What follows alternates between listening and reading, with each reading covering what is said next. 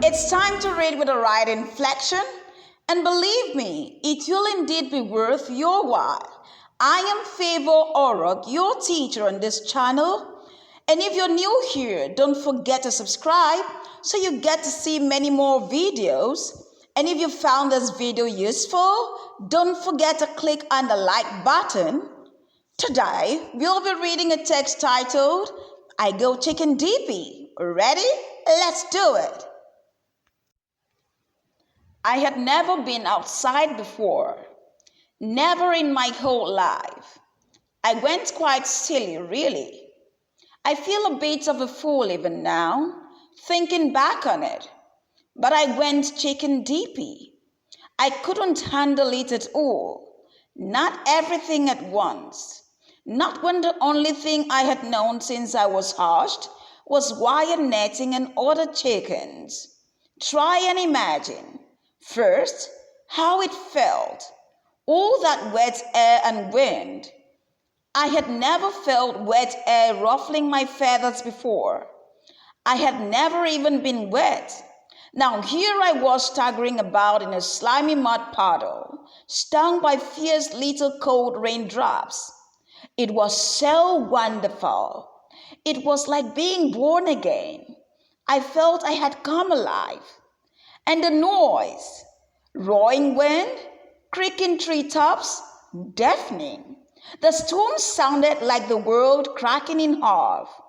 Just for me, to wake me after a lifetime of having my ears stuffed with chicken cackle.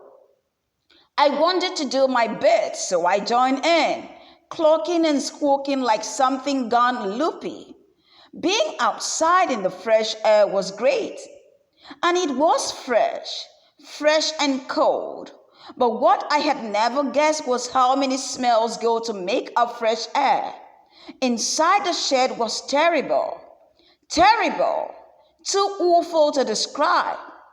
At the weekends when we weren't clean out, it was even worse. The workers always wore masks, but even so, on some mornings they coughed and choked, and their eyes were red-rimmed. Imagine how we felt. We had been in it all night. Outside, I smelled 1,000 things I couldn't even name until later. The leaf mold underfoot, wet bracken, a thread of exhaust fumes from the road behind, cow parsnip, smoke from the chimney over the hill, the fume of oil on the puddles, a giant stew, smells of the world, and I was breathing it for the first time.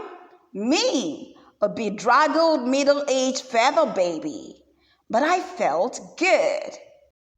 Now I'm done reading and it's your turn.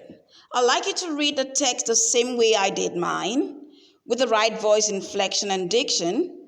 And if you think you would need a little more practice before reading, go back to the video and practice along with me one more time before you proceed to read.